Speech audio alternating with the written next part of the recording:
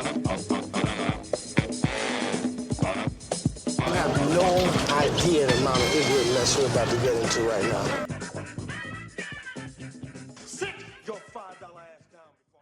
Hello and welcome to a brand new episode of Black on Black Cinema. I'm your host, Jay. I'm here with my co-host, Micah. Hey. And Terrence. What's up? All right, guys, we're back. This is episode 118, Tales from the Hood. This is a long requested episode.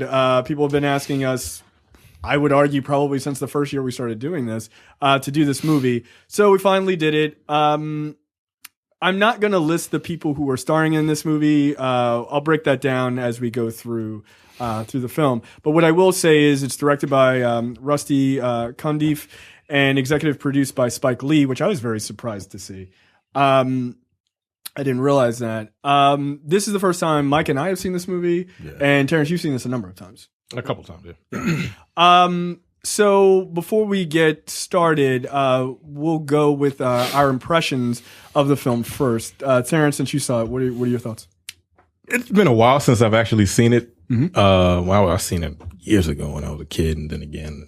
But it's interesting. I thought it was pretty decent, to be honest with you. Like it's not bad for what it is.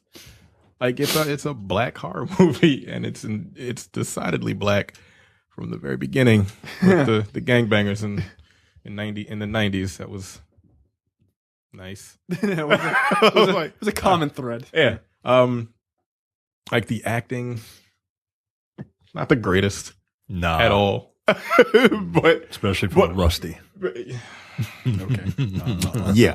But I thought the concept was really good. Like I thought the actual concepts for the different horror, the different sections were pretty good considering what they were. Again, like the first one was really fucked up.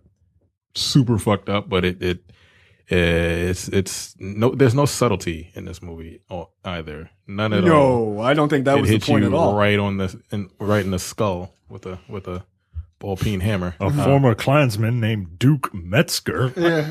Right. All right, yo. I mean, there's quite a few of those. By the way. Yeah, there's a lot. But like again, the acting wasn't great. But I thought like concept alone, I would probably give this like a 2.5 out of 5. Okay, it wasn't that bad. Like okay. I actually stayed awake because sometimes these movies take me multiple viewings, and I watched this entire thing all the way through. Okay. So this is my first time seeing this movie, and before I give my thoughts on it, I have to tell you, you cannot imagine the level of shock that went over me when I started this movie and it said focus features. I was like, wait a minute, what the fuck? I was like, wait a minute, I'm sorry? No, that's not true. I did the same exact thing. I'm like, this game came out like 30 years ago. What's happening? Yeah, and then it said Savoy. I'm like, oh, there you go. Yeah, that makes sense. I see what you did there. But so I was surprised to see it was a Focus Features product, which then I like immediately my initial thoughts of the movie changed. I was like, okay, well, then, maybe this is going to be a lot different than I thought. Then I saw it was executive produced by Spike Lee. And that also, I was like, again, I thought this was like a super hood movie. Which was one of the reasons why I was like, I don't ever need to see this. But honestly, I actually really enjoyed this movie. I am as shocked as anyone. This to me feels like, so this is 2005, or excuse me, 1995. This to me feels like I could see Jordan Peele watching this in 1995 and going, that's a pretty cool idea. And it being, in some ways, influencing what we got in Get Out. Like, it feels like a very rough precursor to Get Out. Where Get Out is a far better film, far better acting, overall a better story than these stories present. But using sort of these racially based morality tales was clever. Like it really was. It wasn't just this idea of, hey, they're black and they're in horror tropes and then that's it. They actually had some meaning to them. Yeah. Right. Like I was actually, I can't believe I'm saying this. I was actually pretty impressed by Tales from the Hood. shocker, I know. That's hilarious. Yeah, I mean, I really kind of went in thinking it was just going to be some like stupid homeboy movie that we'd be able to rip apart to no end, which I would also enjoy. But I actually really dug this. And if you haven't seen this movie, like looking at it from the lens of like as a rough precursor to Get Out, I think you see it in a very different light. And especially as a person who's, 37, it would feel very different than me watching this at 15. Yeah. Coming out in 1995. But I enjoyed it. I really did. A 3. A 3 for me. Like, I actually thought it was pretty good. Yeah, you guys have pretty much said everything that I think. I went into this thinking this was going to be a horror comedy. So I must be misremembering the marketing. But that's kind of what I thought too, actually. Yeah, and I'm like, this shit looks dumb, right? And then they started talking about the movie goes on, and I'm like, this ain't funny. Like, this is kind of fucked up. Right. And then once, after the first story, I say, all right, well, this isn't meant to be funny at all, but it's not really scary either. Oh, no. But it's super interesting. And I like the idea of horror situations, but specifically tailored around blackness. Yeah. Like, I mean, frankly, we don't get it. Right. We don't. Like, this isn't, a zombie in a hockey mask coming to stab a bunch of black people. You know what I mean? These are situations that happen only seen through a horror lens. Right. Exactly. And that's what makes this movie better than it has any right to be. Quite frankly. Yeah, I mean, honestly, that is actually the perfect way of saying that. It really should not have been this good. Like, it should have been absolute garbage. Like, and I'm just looking at the poster. Look at the poster, right? This is what turned me off this movie. I was like, oh, it's a skull with like sunglasses on and a nigga's gold tooth. Good. All right, bye, done. I'm over this. But it wasn't that. It actually presented real stories that I thought were pretty smartly done. Yeah.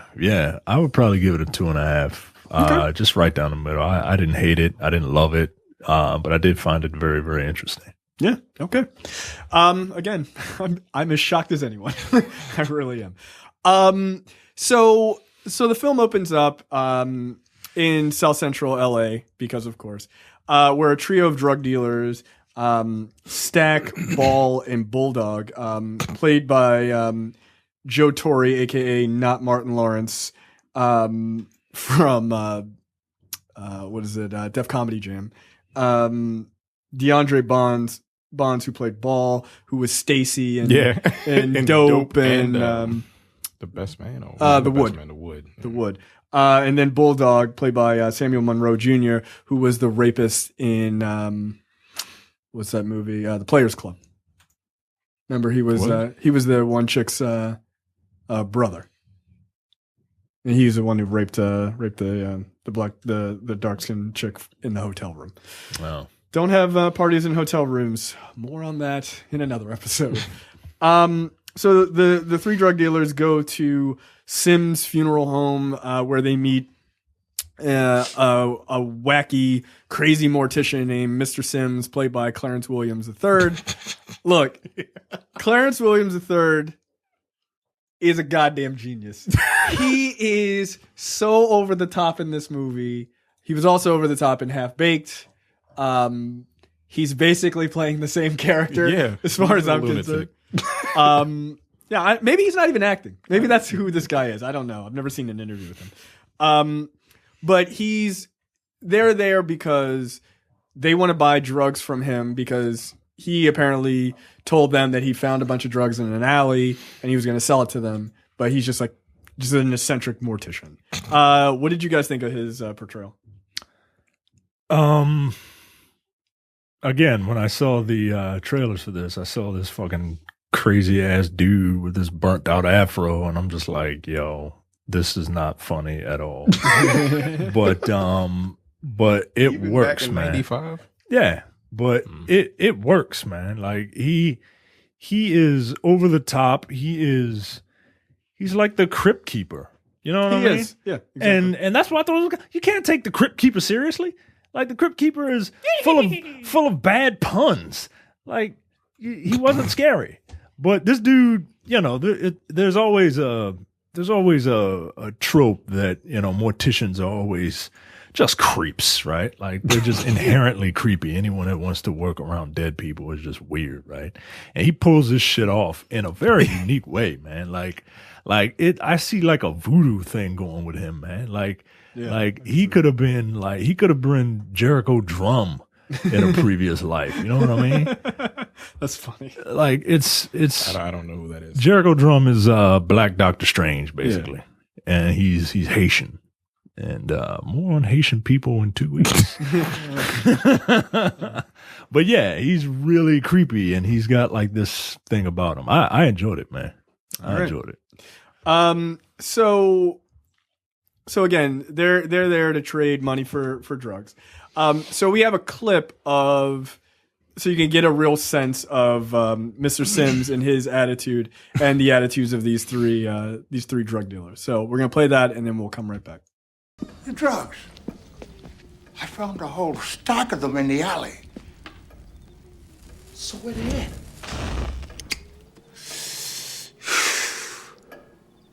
You got the money? Yeah, we got the money, old man. Whoa, whoa, whoa, whoa, whoa. You get it when we get the shit. The shit? The shit. The drugs. You get the drugs, then I get the money. Okay. You know, this is all new to me. I'm not a drug dealer.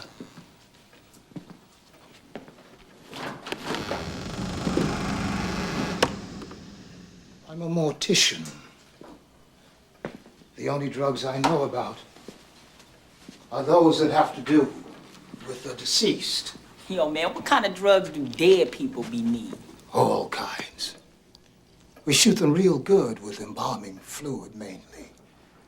You know, it keeps them from smelling and decomposing before the surface. Cool. Hey, so what happened to him? Oh, they say he went crazy. Death.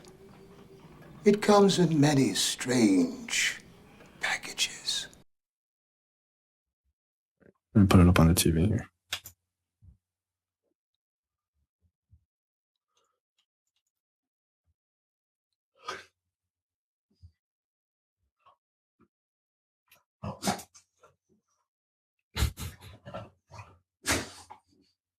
Buddy.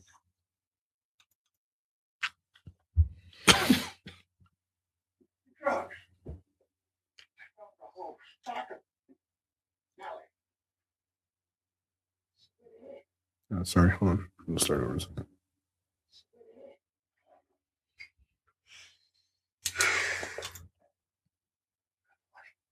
Yeah, we got the money, old man. Whoa, whoa, whoa, whoa, whoa. You get it when we Yo, get the shit. look at Clarence Williams III's Wikipedia page. Like this nigga's poetry. This nigga is pimping like a motherfucker. Okay. Now this is all.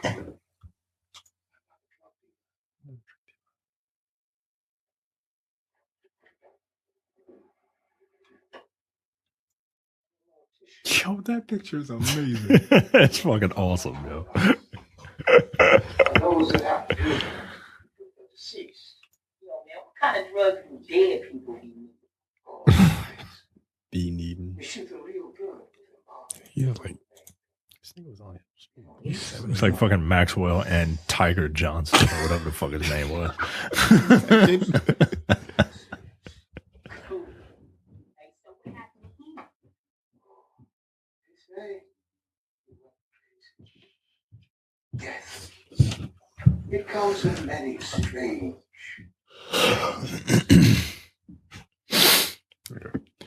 All right, you guys ready? Okay, so there you go. There you get a taste of the weirdness that is Clarence Williams III as the Mortician. So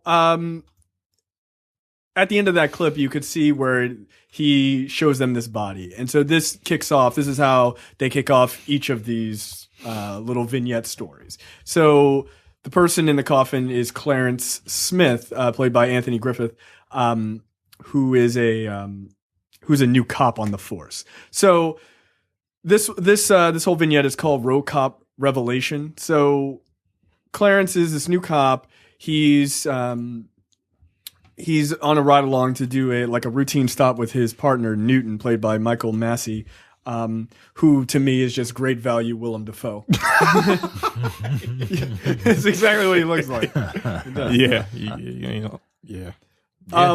So they stop on a routine traffic stop, and they meet up with these other two cops who have stopped this prominent black activist in the neighborhood, whose name, again, much like Micah pointed out, these names are a little bit on the nose. This guy's name is Martin Morehouse. I was like, Hey, come on, Really? though. Okay. black, college educated. Right. Africa oppression. Goddamn. So these two cops, Billy and Strom. Yo. By the way, Strom is played by Wingshauser, who is the father of Cole Hauser, yes, he is. Wings? Like, what the fuck? What kind of name is that? That's His entire family plays nothing but racist. right. Yeah, got houses. I feel I mean, like how? I mean, they're racist, right? Like, if it walks like a duck and it talks like a duck and it acts like a racist, it's a fucking racist, right? They're generational racists. Yo. Generationally speaking, they are racist. Wingshauser, the father of Cole Hauser. That's fucking hilarious. I saw that and I was just like, What? okay. So officers Billy and Strom, again, very on the nose for And his other racist, son, Brighthauser. What? who also I be don't- playing I a don't- bigot I at don't some know point. what the fuck he's been in, but he may not be an actor. Whatever. I bet if you look in the Hauser family tree far enough, I bet Walter Goggins is in there some goddamn way. Bright is the name of his daughter, Oh. She a racist too. probably. Bright white. Yeah, we get it. So when they come up upon it, when Clarence and Newton come up upon this traffic stop, Billy and Strom have Martin Morehouse hemmed up on against his car, and they're like, you're gonna stop harassing cops, and it's sort of intimated that he's been fighting to get a bunch of cops taken off the force because police brutality this or is they're the corrupt. mid-90s, and it's in California. Yeah, in LA Yeah. specifically. Yeah, L.A. So So a bunch of corrupt cops who he makes a point that the police force has been selling drugs. Yeah. Or they're at least being sought after for selling drugs. So they're kind of they're roughing him up, and as Clarence walks up, he's like, "Why'd you pull me over?" And the cop Billy, literally takes out his billy club and smashes the back light. And he's like, "Yeah, your turn signal's out." Which it's like, that's funny, but that is a very common thing that happened. yeah. And I don't doubt continues to happen. Because the LAPD is garbage. And so as they're kind of roughing him up, they tell Clarence to keep in mind all three of those other guys are white and Clarence is black. They tell Clarence to go back to the car and run this guy's plates to make sure he is who he says he is, even though they know he is who he says he is, obviously. But apparently Clarence, when he goes to check someone's license plate, all hearing and vision are just shut off. He has tunnel vision, and he is so focused on what he was told to do that he doesn't know what the fuck is going on around him.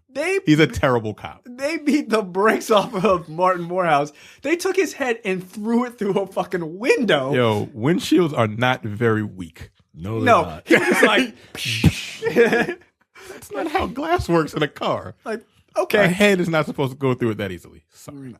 But he eventually, it comes up and it's like, oh, yeah, it does belong to Martin Morehouse. And so he's like, oh, hey, guys, it belongs to, oh, they're beating him up. And so he runs up and he's trying to stop it from happening. And they're using billy clubs and they're just beating the shit out of him. All three of the cops, including his partner, right, Newton. Then Clarence gets into kind of a fight with them. And they're like, get out of here. Fuck off. And so they're like, look, it's fine. Don't worry about it. And he's like, look, you got to take him to the hospital, right? And they're like, oh, yeah, Negro cop, we'll do it. We'll take him to the hospital. You're right. So he's like, all right, just get out of here. So Clarence goes and leaves with Newton, and Billy and Strom are like, yeah, we'll take him to the hospital. Right. On the drive, when Newton and Clarence are by themselves, Clarence like flips out and he's like, look, we should have done these guys out. So we have that clip, and this is where Newton gives him that fucking speech, which I want to have a conversation about because I think it's important. So we have that clip. We'll play that and we'll come right back.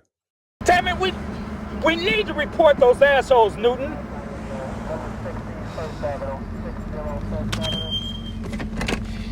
You listen to me, and you listen good. Those assholes are cops. Who the fuck are you to judge them? Shit, man, you got a green dick. Those two guys have been risking their asses on the street for years. See, the fucker went for Strom's gun. Bullshit. Oh, no. Maybe those two guys went too far tonight. Maybe it was all a mistake. But next time, it could be you. So, you don't ever roll over. And you never rat out a fellow officer. And you never break the code.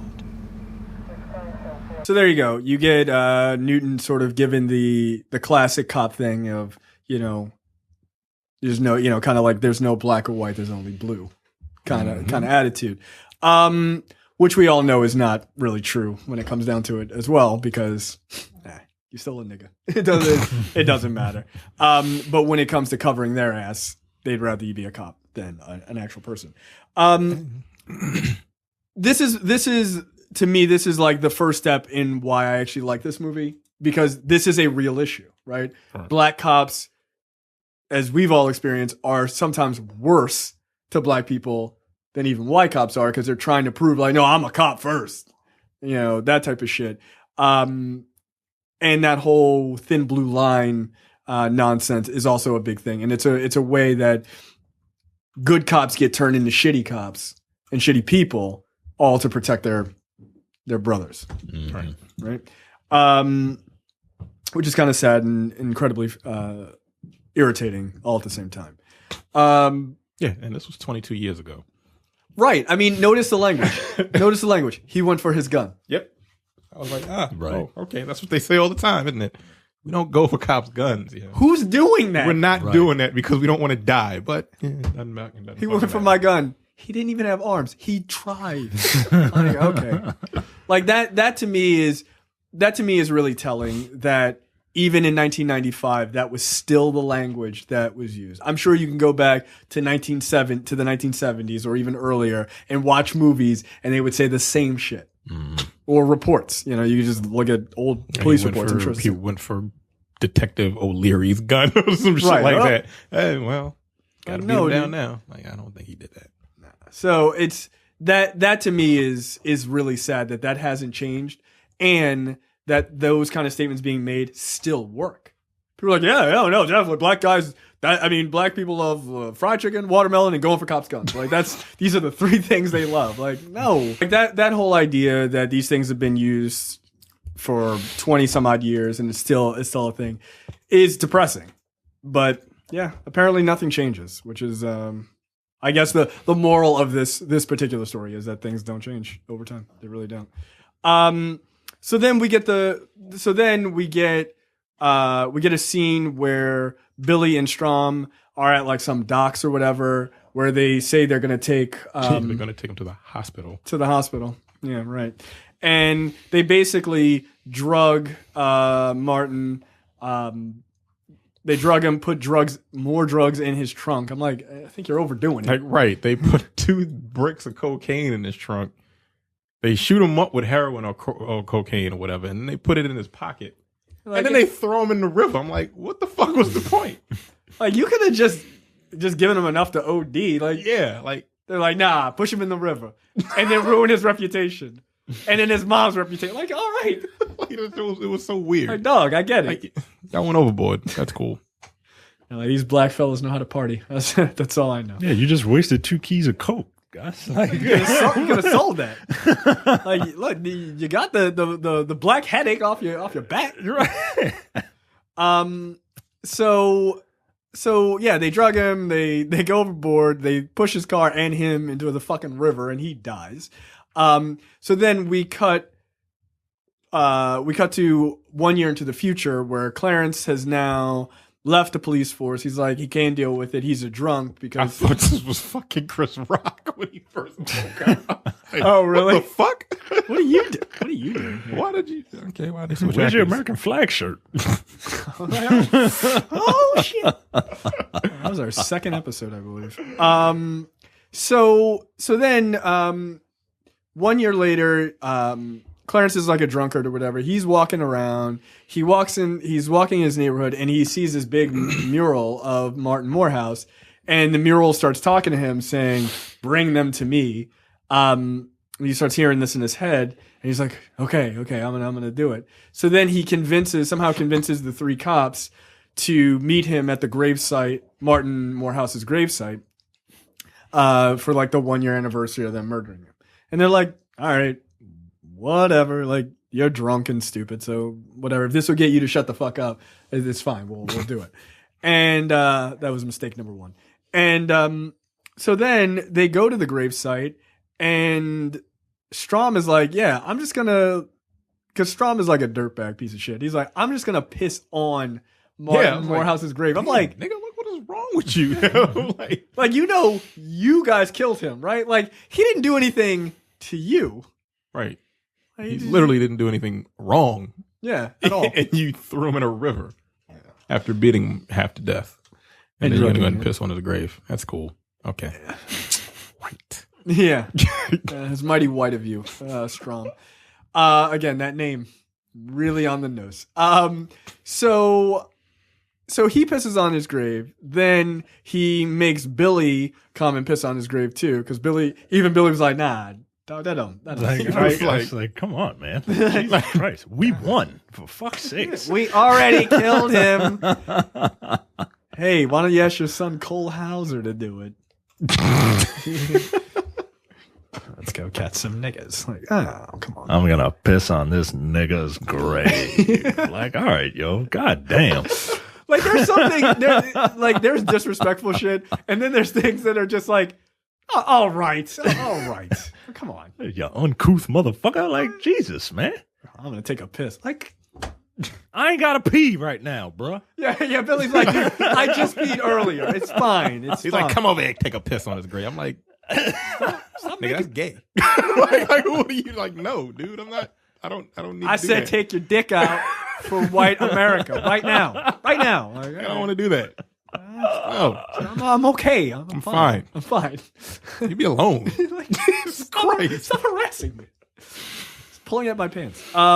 So eventually Billy succumbs to peer pressure and decides he's going to go pee on Morehouse's grave as well. As he's doing that, He can't. It's like he can't get it up to take a piss. He's like, "Come on." Like, I can't go with you guys watching. it's really embarrassing. He's like whistling, trying to think about stuff. So he finally, I guess, starts peeing. I don't even remember. And Martin Morehouse's zombied hand comes out of the grave and fucking grabs him and pulls him into the grave. I assume by his dick. He must have like tweezers or whatever. And he's like, "I got you, motherfucker." He pulls him in his grave and he fucking just disappears into his grave. And then like the coffin comes out and Billy is in there dead. And then zombie Martin Morehouse comes out and begins chasing Newton and Strom around the city. And he eventually rips the head off of Strom, which I thought was pretty apropos. I enjoyed that. Then he eventually gets Newton, like, gets out of the police car and he's like running or whatever. And he ends up in the neighborhood where the mural of Martin Morehouse is, which is also across the street from what is arguably some sort of crack den or heroin hangout. And he's running, and Martin shows up, and he's like, I'm gonna fucking kill you. And he crucifies. He uses his zombie powers to start throwing used needles into the back of Newt. That's fucked up. I mean, I thought it was kind of funny. No. I mean, it's fucked up to do that. I enjoyed it because it was to a white racist piece of shit. Like, I didn't care about that. I wasn't like, oh, his feelings. And his fucking, like, his hand movements and shit. Like, he's fucking got his sling ring on and shit, trying to, like, just throwing his fucking drug needle projectiles and shit. He was doing a little, like, little Ken and Ryu kind of. Yeah, just did a quarter circle forward punch and just threw out drug needles and shit. But he uses the drug needles to literally crucify Newton. Yeah. And then he puts them in his hands and in his legs or whatever, and he's stuck against a wall, against the mural itself. And then he takes one of the heroin needles and then puts it in his throat, which was fucked up, actually in his mouth. And then, he's dying because I guess he's got AIDS or whatever.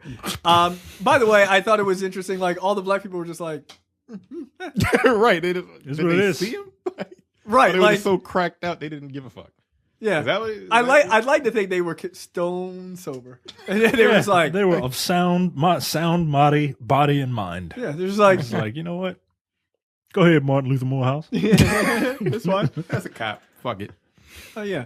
So he becomes part of the mural. He melts into the wall and becomes part of the mural, which I thought was kind of cool. Yeah, I thought that was kind of cool. That was a good idea. But then this part took a turn that I did not see coming. Martin Luther X goes up to Clarence, and he grabs him by the throat. He's like, "Why didn't you help me when I was getting the fucking brakes beaten off of me by these cops?"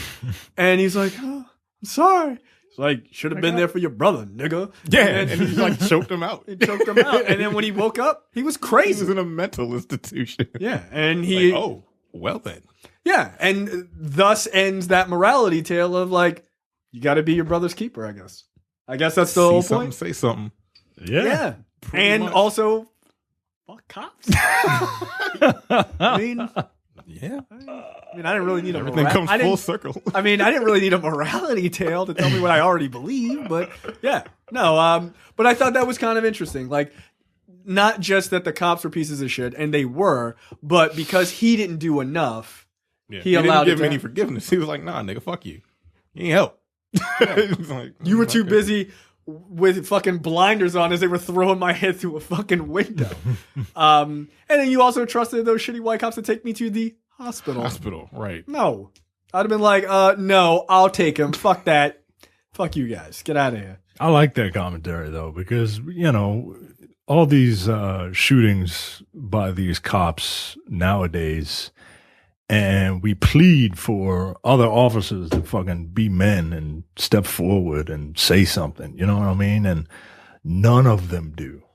None of them. They need to watch the first fucking 20 minutes of this shit. Yeah. And the ones that actually do get thrown out of the force. Exactly. Yeah. Of course. I mean, that does, to me, that does say a lot, right? That whole idea. I mean, it goes back to Newton's point to Clarence in the car, which is you never break, these are your brothers and all this stuff. I'm nah. Right. He didn't say anything because they're still cops. Or he may have said something and he got thrown off the force. Yeah.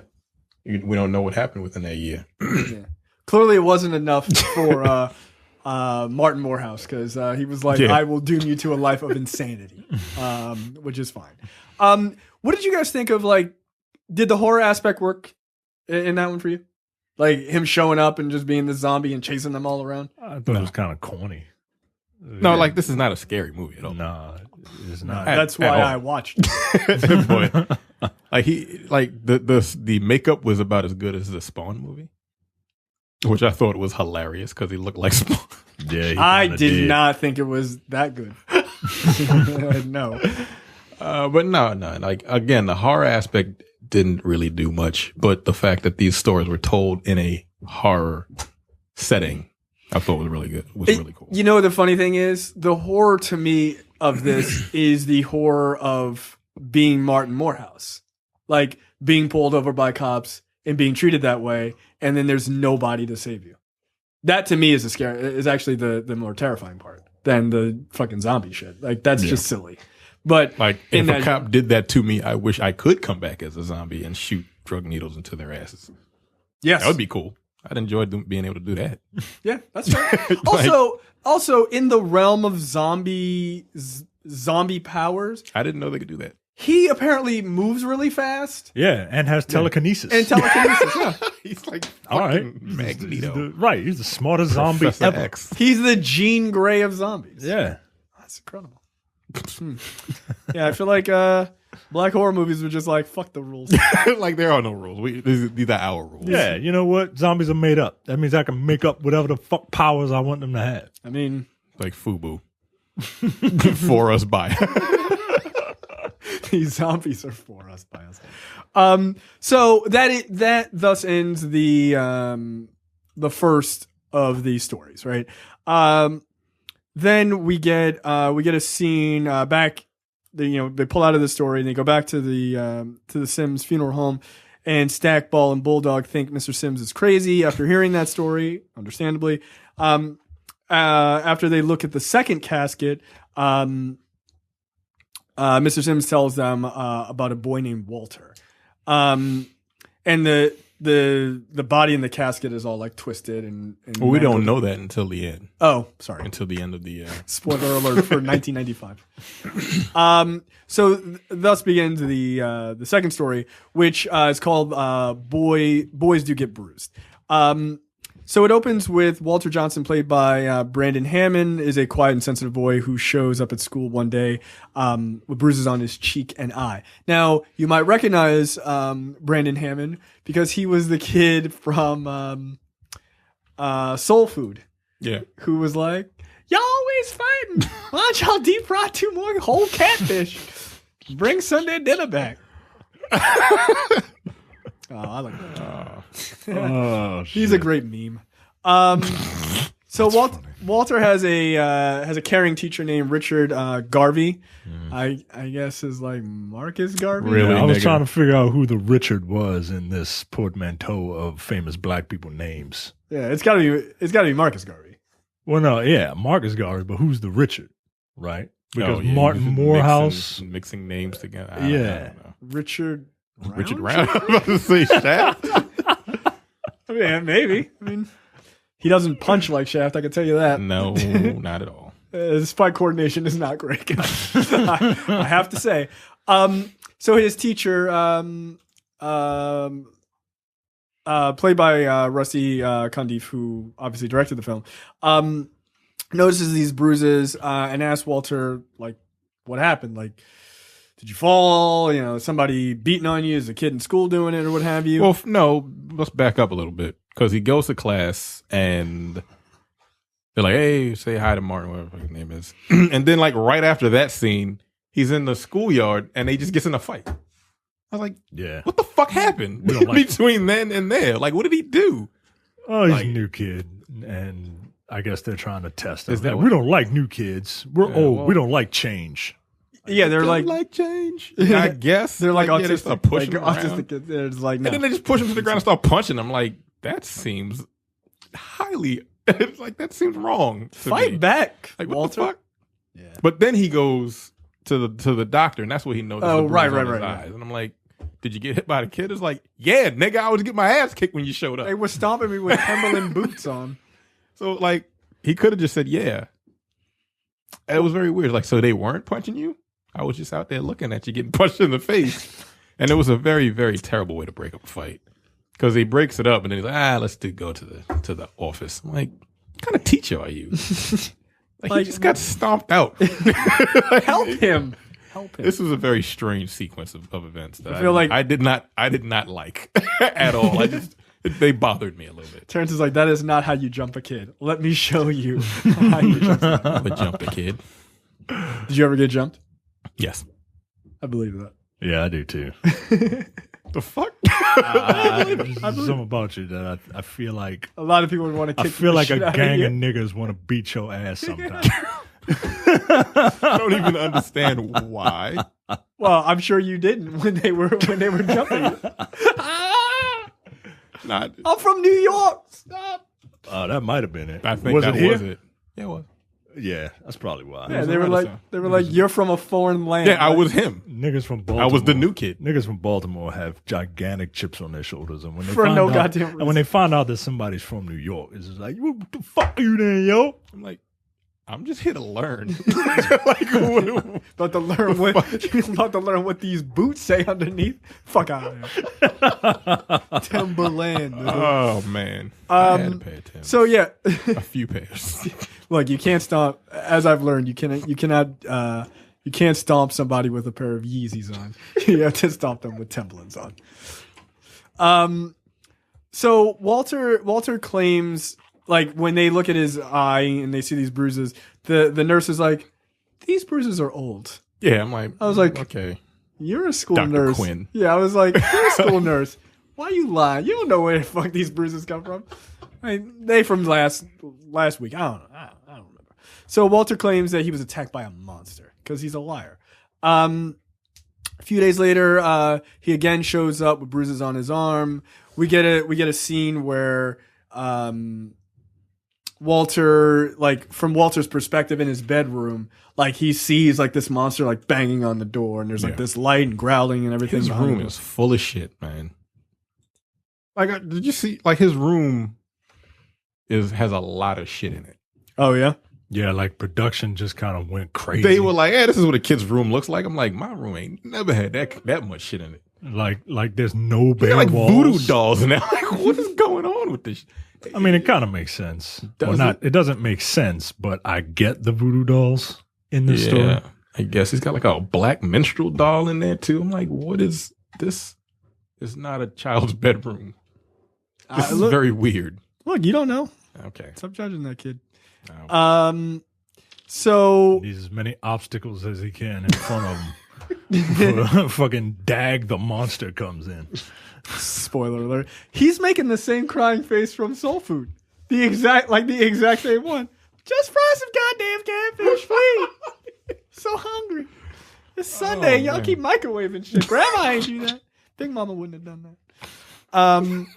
So sad. So then he goes back to school, and he's got another bruise on his arm. While other children are playing like out in recess, Walter sits inside and draws a boy named Tyrone, one of the school bullies. Walter then crumples up the piece of paper with Tyrone on it, and the kid starts to suffer like spontaneous injuries.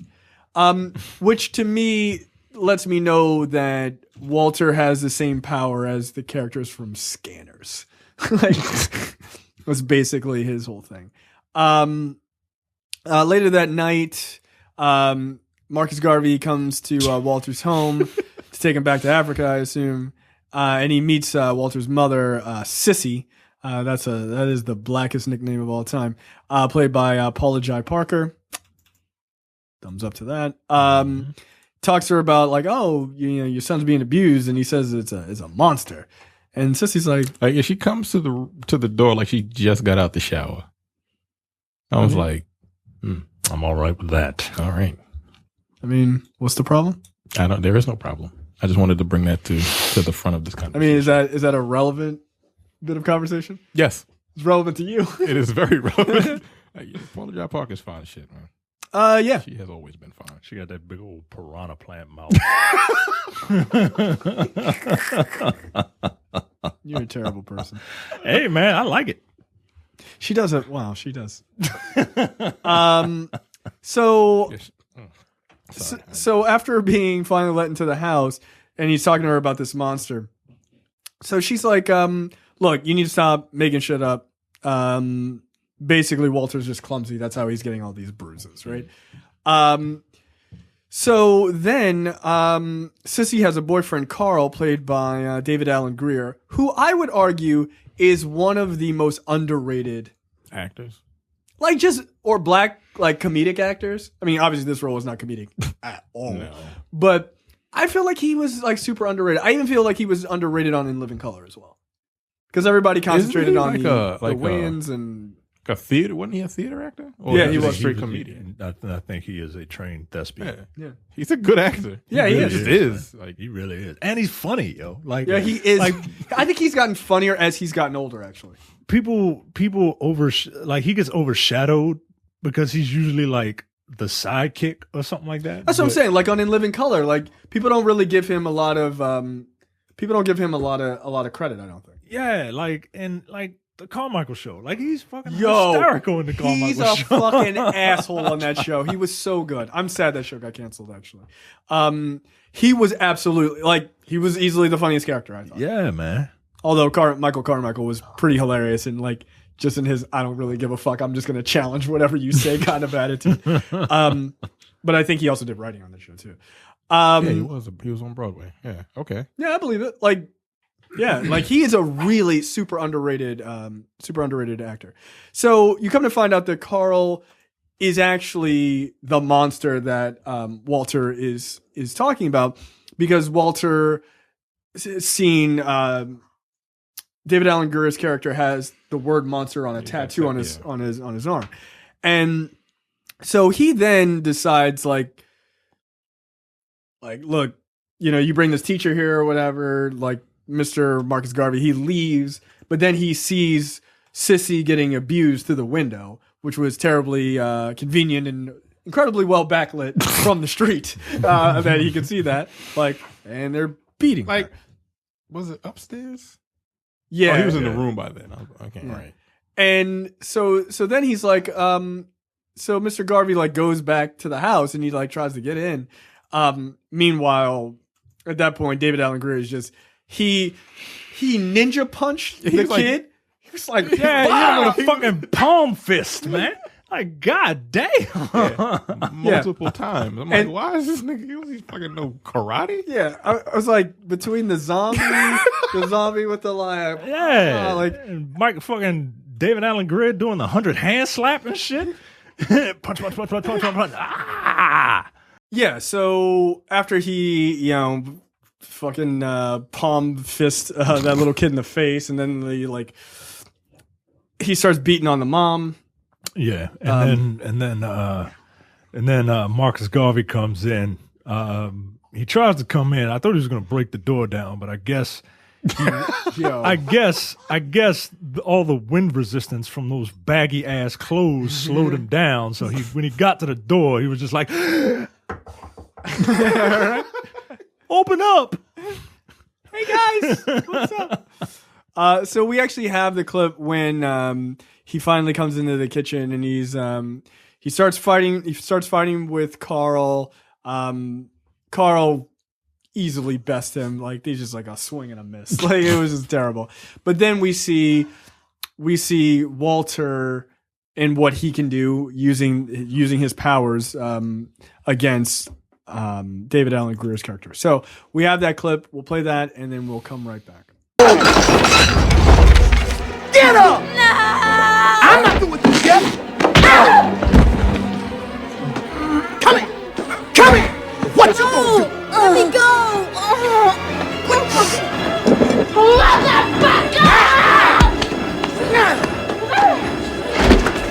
You lost your mind? I see you ain't the only one who need a ass whooping! Bitch!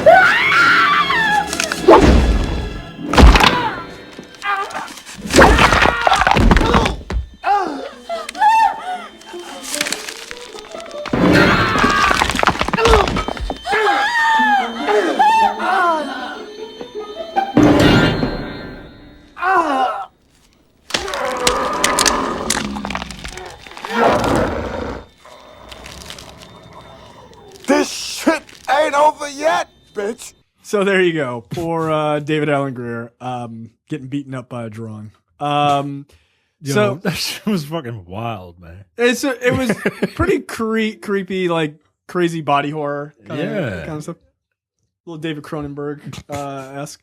The effects could use a little work. Could they have Yeah, Micah? a little bit. You're really going out on a limb there. I'm just saying, like, not even a lot of work. Like, just make the skin tones the same.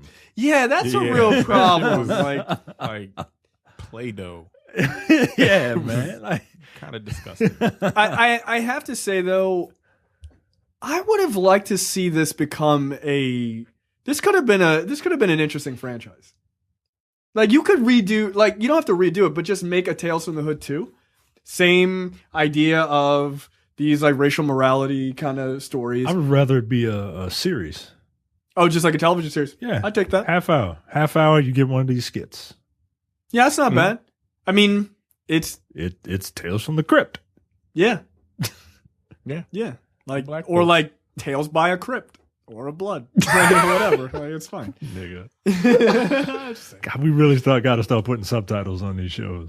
Fucking Tales from the Hood, a.k.a. Tales from a Crypt. It's all right there. But I mean, it's actually said. You know, we did that news story on the Nerdopocalypse that Jordan Peele is going to redo. He's going to reboot the Twilight Zone. Yeah. He could have just done this. I mean, Yeah. maybe That's he is basically going to what do this this. is. Yeah, Just I mean, in the Twilight Zone. yeah, I mean, it's a bigger name, so Yeah. it would get more. Yeah, look, if you do stuff that has interesting morality play, you know, their morality plays, I have no problem with that. I think it's What smart. station? CBS All Access. Don't start. Oh wait, yell- it is don't- CBS All Access. Yeah, Yeah, it is. don't start yelling. That's why I Terry. thought you brought it up. Yeah. 'Cause you- Oh no, I forgot 'Cause you flipped out when you heard that. Fucking my brain. It'll be on CBS All What do you Access say, Mike? It's Sunday my brain at trying 10. to protect me from fuckery. Yeah, nah, I forgot. I honestly did. No, we don't need it. If that's gonna be the case, no, just make it Twilight Zone. Fuck it. It's just too good for fucking CBS All Access. Terrence, you can man. watch it at 10 p.m. on streaming. Wednesday night. Like not a second before. So then after they twist his body all up to be damned, they decide that the only way to truly kill him is to light him on fire. So they take the piece of paper with the drawing and then they put that on the stove and light it on fire. So the reason they did that was because Paula Jai Parker, I think, was like, how are we going to get him out of here? And Marcus Garvey was like, there's only one way to get him out of here, and it's to burn him. And I thought, all right, well, it's going to burn, you know, the whole body and, you know, through magic or whatever, it'll disappear. No, it didn't disappear because we see later in the mortuary that there's a charred remains in the coffin. So what they put it? Exactly. You Like, still where they had to put the get the body? fucking body out of there. I guess maybe it's like just more compact. It's easier. It's easier I to guess. pick up the You bones. Just, yeah, you just Like, put and it it in a wasn't wheelbarrow. like, and it wasn't all ash. Like, Yeah, Right. it was a skeleton. right. So they throw it in the trash and they just found it on Crenshaw? Like what the fuck? Put it out on the curb like a fucking used couch. Hey, you just put free on it. Somebody just take it in like 20 minutes. That's what I Yeah. would have done. Yeah, that's curious. To say the least. Very curious. So then after that, yeah, like you said, Karl's burnt and twisted corpse is in a coffin in the Sims funeral home. Mr. Sims then shows the three drug dealers a doll instead of a corpse, explaining that this isn't any ordinary doll. This begins the third story, which is entitled KKK Comeuppance. Although I would have preferred just like Comeuppance with just three Ks in the beginning, but Yeah. that's just me. That just would have made more sense. So this one, this story surrounds Duke Metger. Again, Duke, right on the nose. And Tom Metzger. He is another fucking racist. Oh, is he? Oh, I Yeah. don't know that name. So there you go. Yeah. They took two of them this time. It was just like, we're really going to get them now, guys. Duke Hauser. So Duke Metger, played by Corbin Burnson, which, look, Corbin Burnson drives me crazy as an actor because I hate every role he's in. He's a fine actor, but he always plays a piece of shit. I hated him in Major League. Like there's, I guarantee you, if I look at his list of movies, I probably hate most of them. Major League 2, The Great White Hype. Yes, I hated him in that. The Dentist and The Dentist 2. I don't know what that is. Little horror movie. Wow, he's done a lot of bad movies, like Raging Sharks. Oh, good. The fuck is that? I don't know. Wow. Christian Mingle. He was the director of it. Interesting. Okay. That's a movie? Yeah. Not just How You Met Your Wife. Did you guys meet on a Christian Mingle thing? No, we went on a match. You didn't meet on eHarmony? No. I know you because there were too fucking. There's too many questions, isn't Yeah, man. It's like 45 minutes filling out the questionnaire. Fuck you, yo. Nah. Fuck you. That's what talking is for. I just need you to introduce us, and then I'll figure out what they like and don't like. No, Match is like Match is basically. You like this? You like this picture? You like this picture? There you go. Yeah. How thick you like them, dog? Like that's it. Right. Like, that's it. You want Demetrio or you want Tammy Lord? These are the only questions. The only question Match asks you. And look, it's fair. So I met my wife.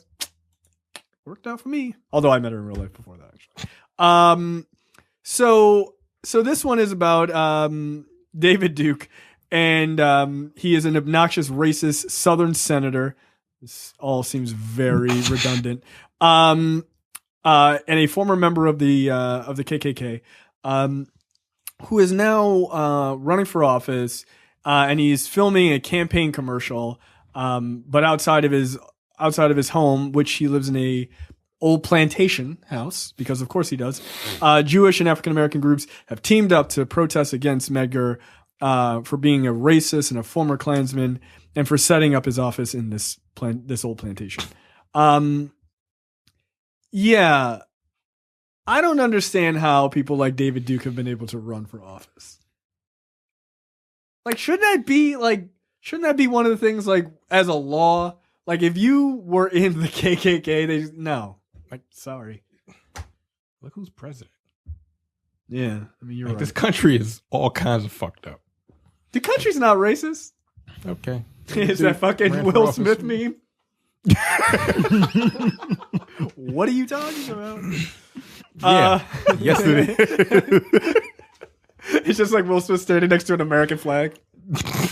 Yeah. It's a lot of problems, guys. That's some serious issues. But it is interesting to note that they have Jewish and African Americans teaming up, because that used to be a thing. Like, Jews and black folks were like, yeah, racism is fucked up. What's your experience with Jewish people, Terrence? Yeah. You ever been walking around in a Jewish neighborhood, maybe stranded, car broke down, waiting for some help? That happened to me. Yeah, what is your experience? I guess with the Jewish community? I guess it was a Jew that called the cops on me. I don't know. That wasn't fun. It was. Well, there was a weird separation that happened. From what I can tell, it's like in the 80s. And I don't know why. I don't know if it's like the crack epidemic or what. Like, the two groups splintered. Jewish people realized, oh shit, we're white and we can hide our Judaism. I think that might be part of it. Yeah. I think that might be part of it, honestly. Like, I think it became, however you want to phrase it, I think it became, this is not the right word, because it sounds like I'm blaming black people, and I'm not. Like, it became toxic to be aligned with us, right? During the 60s, when it was like, you're fighting for fucking rights and shit like that, you felt like, hey, we're all working together. But then it's like, oh, black people are like going through some shit because of this crack epidemic. Like, nope, I'm not interested in that. Because it became our problem. Because it didn't affect them also. Right, exactly. That's my point. So I think that's where it splintered, and it just never...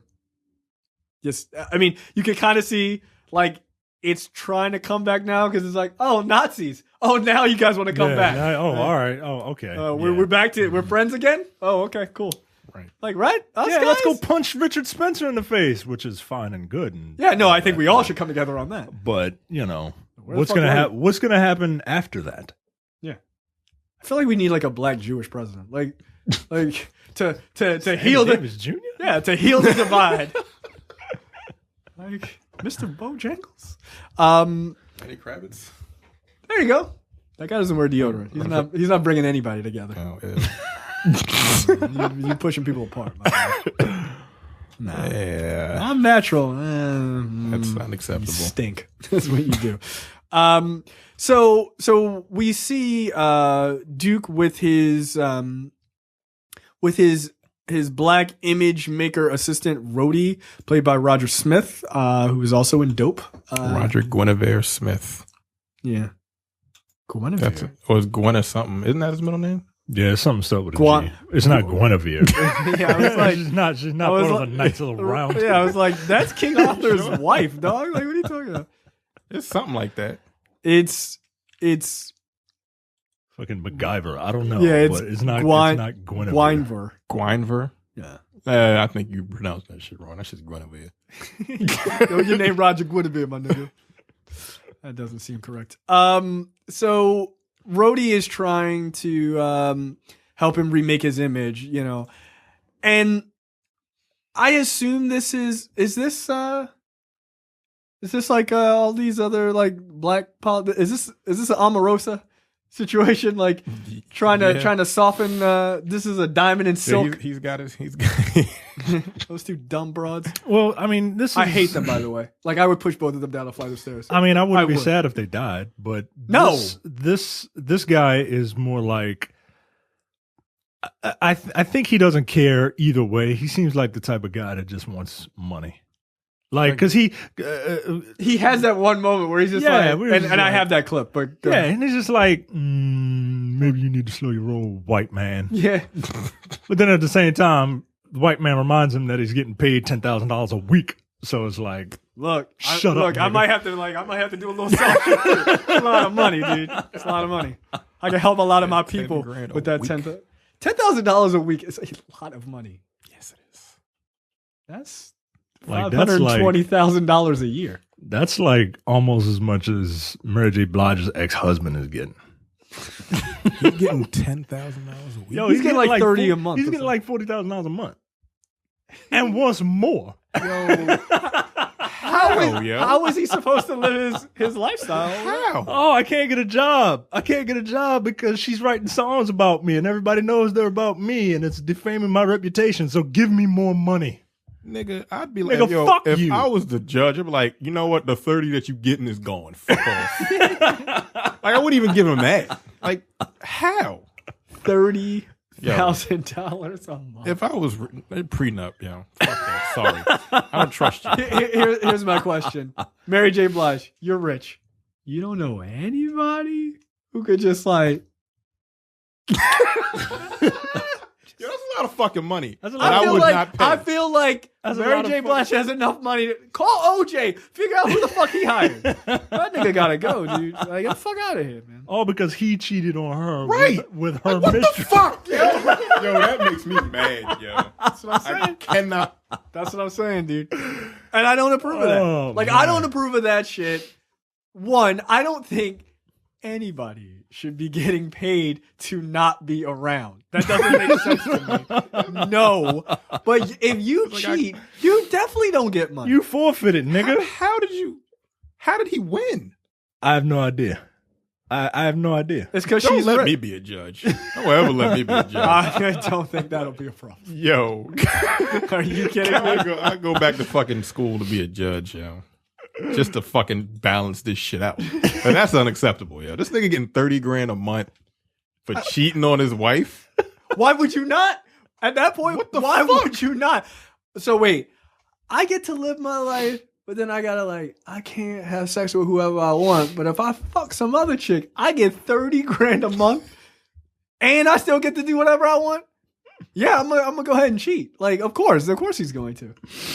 Are you insane? That's insanity to me. And then you don't have to deal with Mary J. Blige's terrible ass dancing. Come on. Because I cheated on her and she's defaming my character after I cheated on her. I need more money. Nigga, fuck you. That would be my verdict. That would be my ruling. Nigga, fuck you. Get out of my goddamn courtroom. I think 30 is... I don't think it's enough. Can you imagine? I can't imagine. Can you imagine going to the judge? I can't imagine having the I would feel like a bitch doing that. Well, not Like, only how that. does that work? Like, okay, we're getting divorced. She no longer wants to be with me because I cheated on her. I get that. What? Like, I'm going to court and they're like, yeah, you get 30 grand a month. I would like, I don't want that. I mean, I would take it if they gave it to me. Oh, well. But I'm like, I would feel like a bitch. I would feel like an asshole. Yeah. I cheated. How the fuck am I getting money? I'd be like, this court system is really fucked up. I'd be like, thank you. I'd be but like, this is really foul. yeah. It's very bizarre to me. I don't get it, man. I don't understand how things like that work. No, I don't either. But like that whole idea of $30,000. Like, I can't tell you how much I disagree with. Like, and people get mad. There's like a weird double standard. I got into an argument with some stupid ass woman on the internet about this. Like, I don't like that women get $25,000-$30,000 from somebody like a basketball player or whatever after you break up. And by the way, I don't even care who cheated. It's more egregious if the guy cheated and is getting the money. That's ridiculous to me. Terrible. But I don't even care. I don't care so much about that. But you're an adult. Once we're done, we're done. Like, I could see if you said, all right, you got to give this son of a bitch $40,000 one time. Okay. All right, fine. I still don't agree with it. But if you said 40 grand to this guy one time, let him get back on his feet because he didn't have a job. He hasn't had a job in a while. Shit, you can even say 90,000. But I'm paying for you every month. You're an adult. Get a job. I can't get a job. That's not my problem. It's not my problem. I don't understand it. And this woman got so pissed off at me because I was like, no, I don't think that's cool. And she was like, yeah, but I think it's great. I said, do you agree that Mary J. Blige's husband should get that? And she was like, nah, fuck him. But it's okay because it's a woman? Like, no, they're both dirtbags. Get a job. Yeah, I don't get it. Nah, Take care of me. We're not together anymore. I don't understand why I'm taking care of a fucking grown-ass adult. Fuck out of here. Like, if for the kid, fine. I'll give the kid the money. Yes, that is a different story. You're supposed to take care of your kids. Yeah. But no. Not you. Yeah, fuck you. You lady. So then we get a scene of this roadie guy trying to coach David Duke on how to like answer questions on camera, and something happens to him. So we have that clip. We'll play that and we'll come right back. Affiliation with the KKK is not something that the voters should concern themselves with in this election. We all have a past now, don't we? No. No. Be much too defensive. Looks like you have something to hide. Look, I want you to watch me, all right? Take the camera. I want you to film me. All right? Hold on. Hold it. Good. We all have a past. It's the better man who can learn from his failures. I know that I've learned from mine, and I'm better for it. Huh? What about the house? Well, I think that it's quite unfair to judge me or anyone else by the misdeeds of his ancestors. After all, I have quite a few of my own to account for. Aren't you afraid of the dolls? What about the ghosts? Well, the only spooks that I'm afraid of are the ones with guns. That's a good one, Rhodey. I like that. I believe I'm going to use it. No, not if you want to get elected, you won't. Okay? Jesus, I've been around you too long. Okay, look, Duke, this is the real response to that one, okay? Oh. Okay. You know, I'm not concerned with the ghost stories. I'm concerned with traditional American values. Original...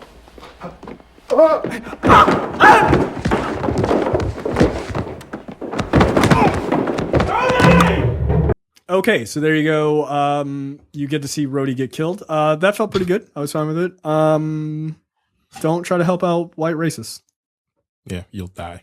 Like the genuineness of David Duke when he was just like when light skinned McGee was like really just making a joke, right, about the spooks with the guns. Like the genuine earnestness and joy he felt. Like, I can say that? I'm going to use that. Like, see, no, you know what? He should have been like, yeah, it's a great idea. Because sometimes you got to sabotage from within. Yeah, man. That's how you got to fuck be a up Splinter movie. Cell. A black ass Splinter Cell. That's fine. Well, he's not that black. A light ass. Got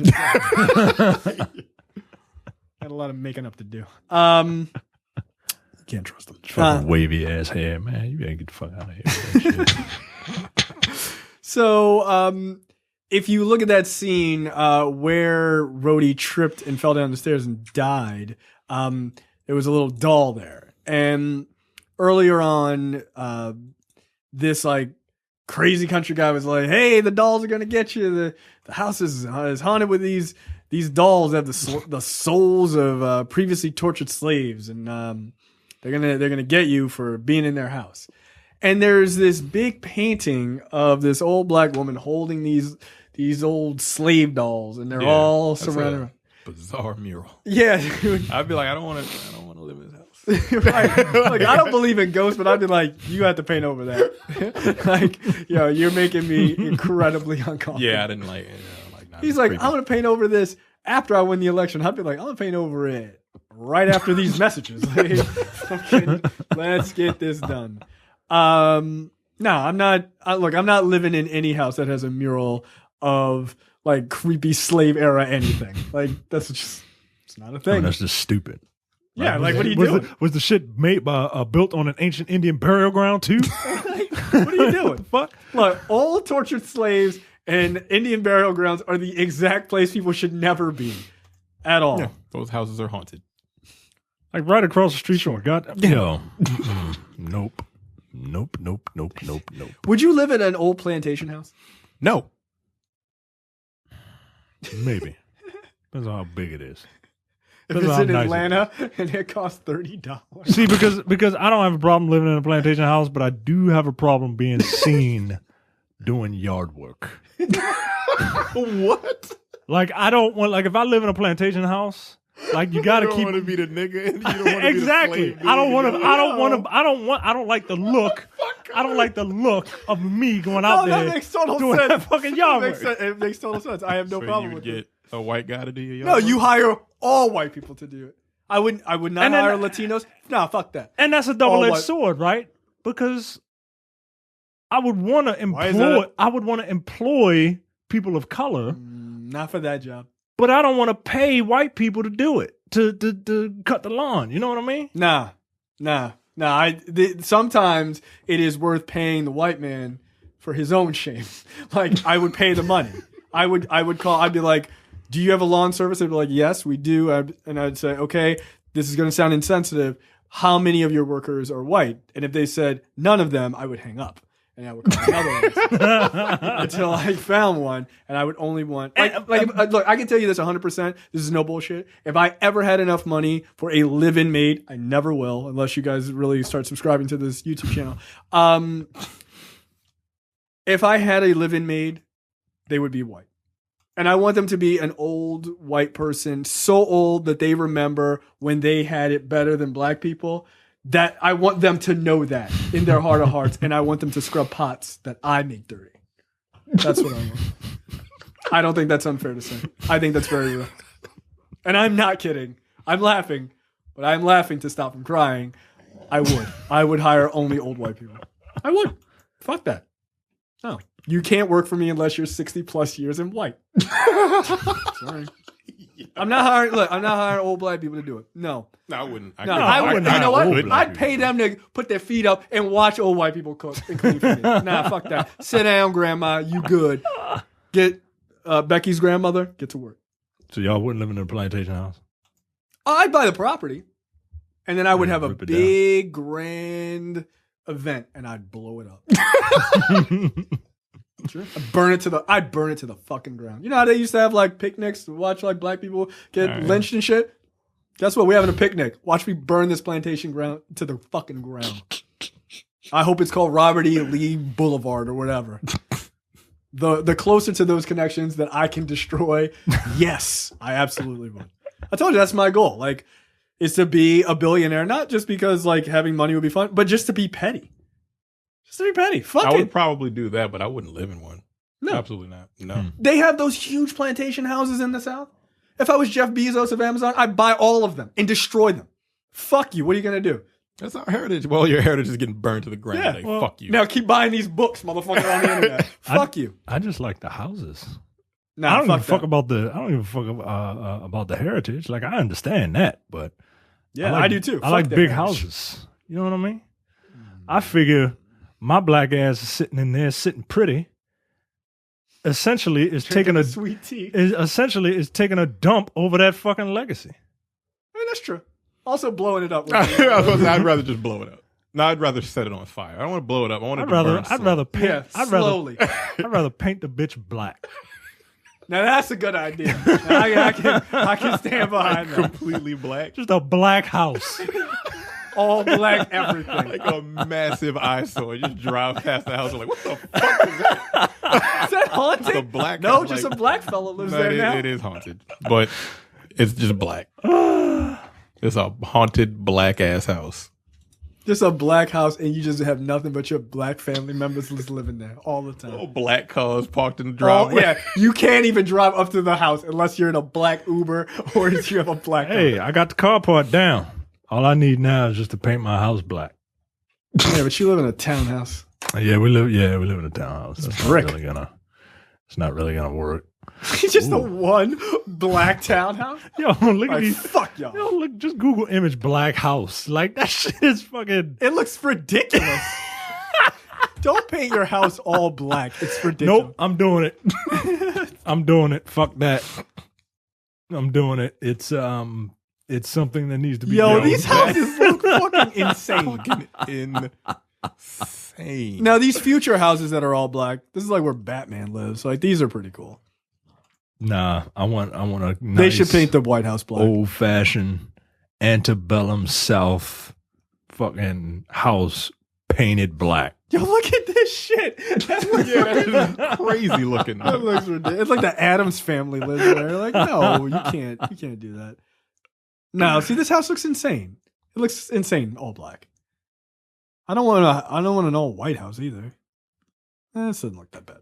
Either way, I only support buying a plantation house if you are going to paint it all black. I think that's perfect. Or have white slaves. I'm fine with white slaves. They don't have to be white slaves. They can get paid. But I'm going to underpay them. Like, just enough to hurt their feelings. Just enough to be insulting. Yeah. All right. I'm fine with that. Like, if we live in Atlanta, right? Because, there's no fucking plantations in Baltimore. But if we, like, live in Atlanta, like... There's a few. Is there? Yeah. I mean, we're still over south, in the over in the west. whatever Western, it is. like... Western Maryland? Yeah. Yeah, you just burn that to the ground. I mean, that would be my number one thing. Just burn it to the ground. All It would right. be amusing. Like for 4th of July, just have like fucking rockets and shit going off in the background. Like Django Unchained, right at the end, right? Just like burn their house to the fucking ground. It's fine. It all works Well, there out. you go. I think it's a swell idea. What were we talking about? Yeah, so killer dolls. So Corbin Burnson notices that he goes back and looks at the videotape of his buddy's death, and he notices this little black doll is in the scene, and he starts like freaking out. He's like, oh my god, this is a fucking doll.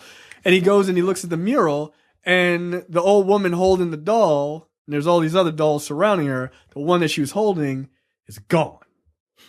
That doll is out in the wilderness, and the doll fucking attacks him. Tries to like bite his neck. It's like ah! He starts like fucking freaking out, and he beats the doll with an American flag. Okay, so the doll comes out. It starts like freaking out, and it just starts attacking him and starts like biting his neck. Those dolls were really creepy. Yeah. I didn't One care of them for looked like Will Smith. Like the main one. The one he actually had in the mortuary looked like Will Smith to me. I mean, That's fucked up. This is Am I lying? This Take a look at it. I don't want to. these things These things were silly to me because all I could imagine was the marketing campaign with Penny Hardaway.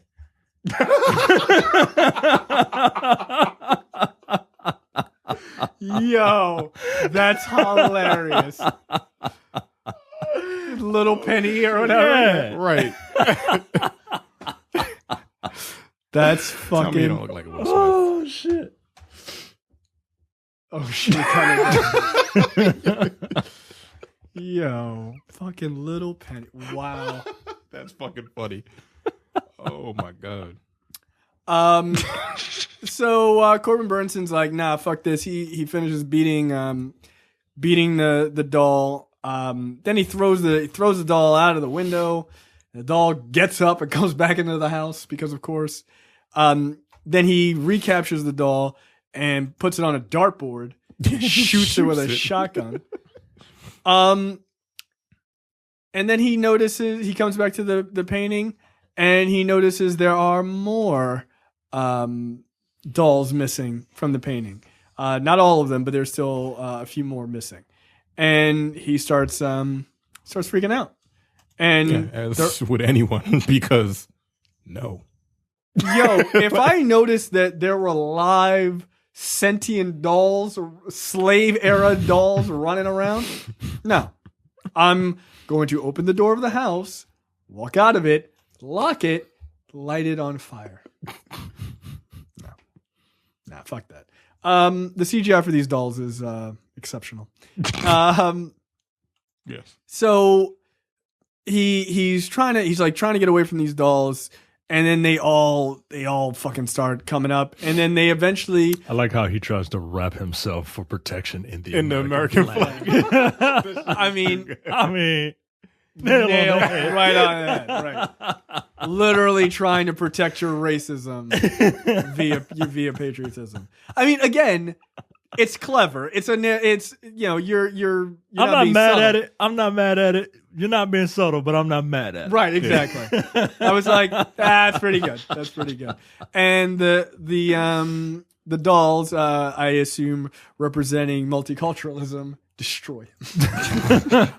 Then the old woman in the mural manifests like literally, and she's holding the little Will Smith doll, and they're just sitting there watching these other dolls devour, just tear them apart, and they're just like, yeah, that's pretty good. That's pretty good. We're America. Is there a worse way to die than being bitten by tons of little tortured slave dolls? I don't know. That sounds pretty terrible to me. Feels like a piranha situation. Yeah, it feels like the most embarrassing way to die. How'd you die? How'd they die? Slave dolls ate them. Yeah, just like these little doll babies just ate them and shit. Like, stand up, nigga. Take one and just start hitting them with it. Try. Yeah, that's like you got beat up by a bunch of like second graders. Like, no, fuck me. I will use one of them as a weapon against the rest of them. Step on them, nigga. Like, what the? White guys are really terrible at fighting. They are, man. Yeah, I'm not getting killed by a bunch of slave dolls. Like, that is just not going to be on my gravestone. Like, this cannot be. This will not stand. But yeah, so David Duke gets murdered. So there you go. That hurt. Okay. Did it feel like a Negro slave dog bitch in there? Oh shit, you got me. At this point, the three drug dealers are getting impatient and want their drugs that they came for, not wanting to listen to any more of Mr. Sims' strange stories. Then Ball notices a corpse in another room and alerts the others to come see it. When Sims asked them if they knew the man, Bulldog says it was just someone they had seen around their neighborhood. Mr. Sims then explains the last moments of the man known as Crazy K. Crazy K is the worst hood name I've ever heard. Also, as I have lost my hair, I would not shave, even when I had hair, I would not shave a J in my hair. Like Crazy J. It sounds like someone who's like selling carpets in a local commercial. Like, Crazy K's Carpet Factory. Like, come on down. Like, I'm so crazy. I got a cake on my head. Like, I don't do that. I spell curry with a K because I'm crazy. Yeah, right.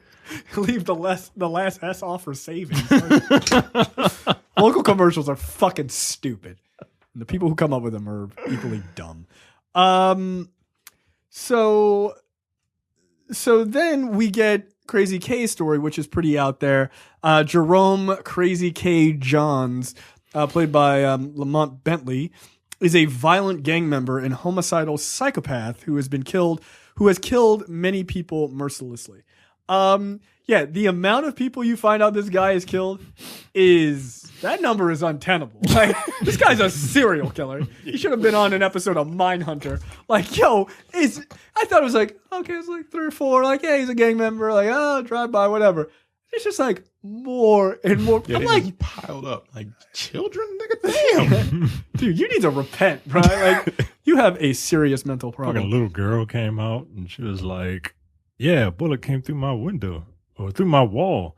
Well, you was just at the wrong place at the wrong time. No, Nigga, in my room?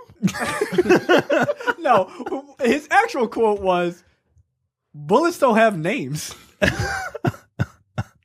Kill yourself, dog. Like, come on, man. Bullets don't have... Dude from Moesha? Is it? I believe so. Maybe. I think it might be. Yeah, I'm pretty sure it is. Ray J?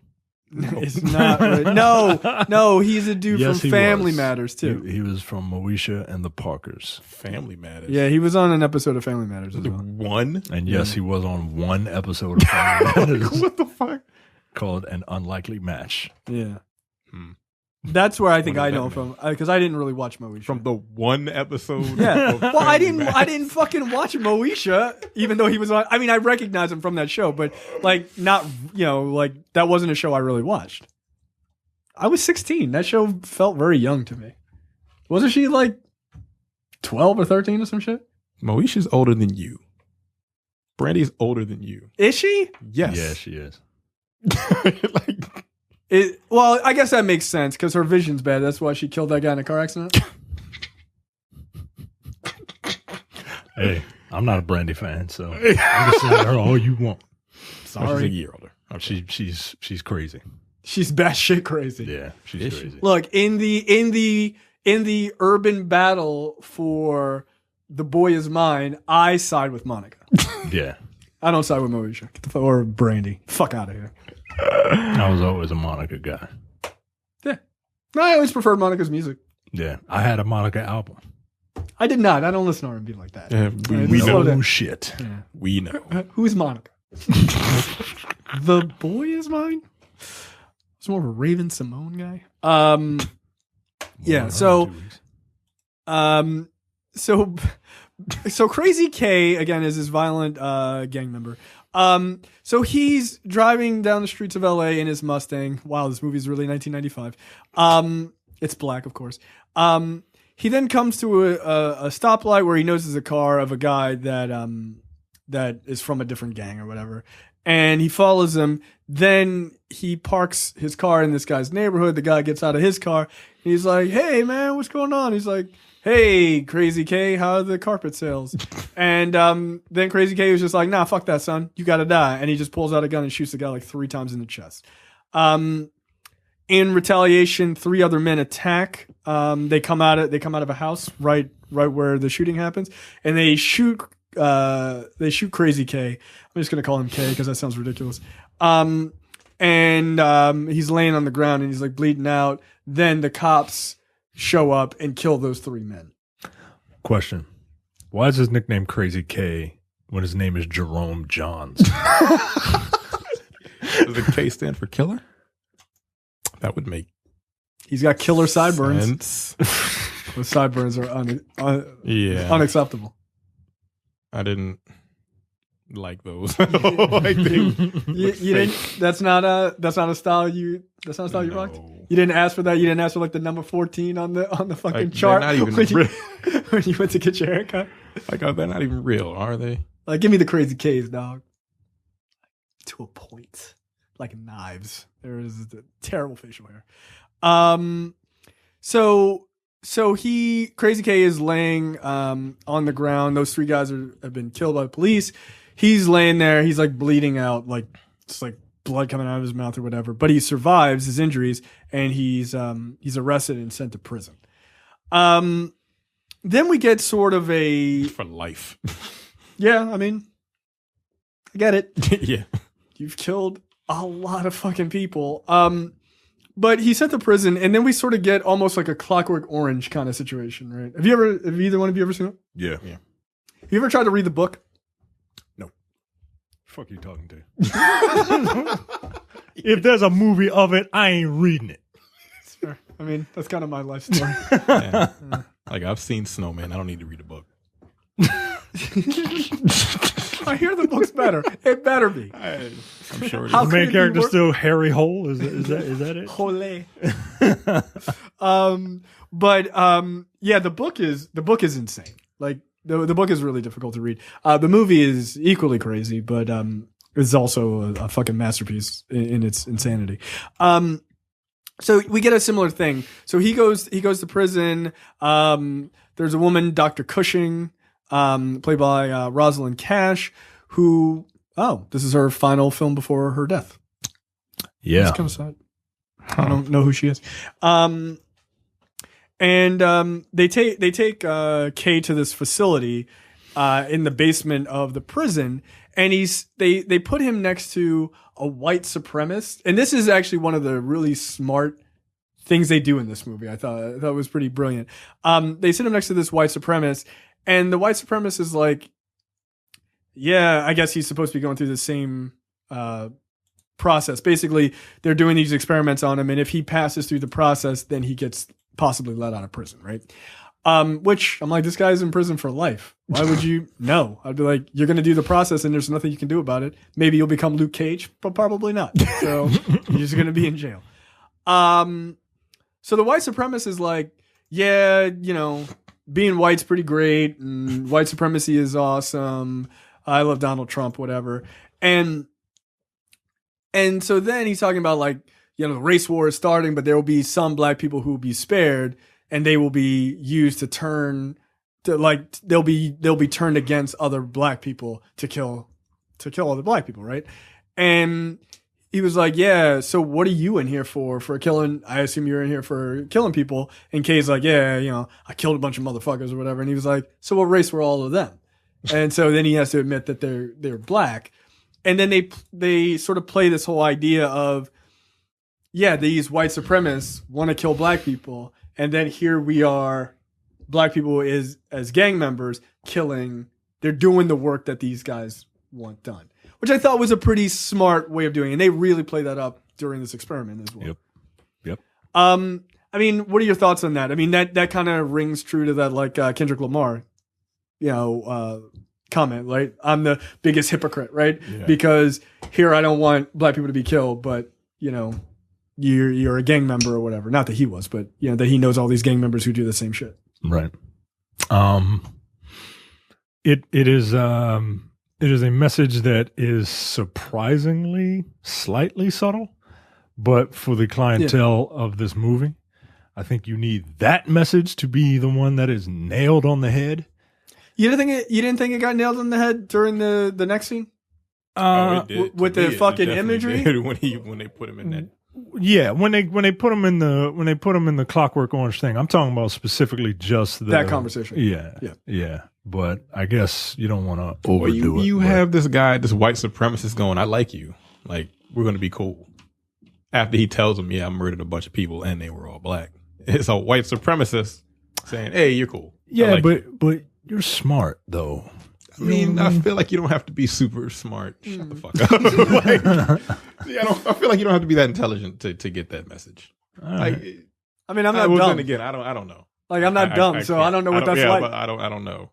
I feel like you don't, but dumb niggas out there. Like, Trump is president, so who knows? Right. And niggas voted for him. So right.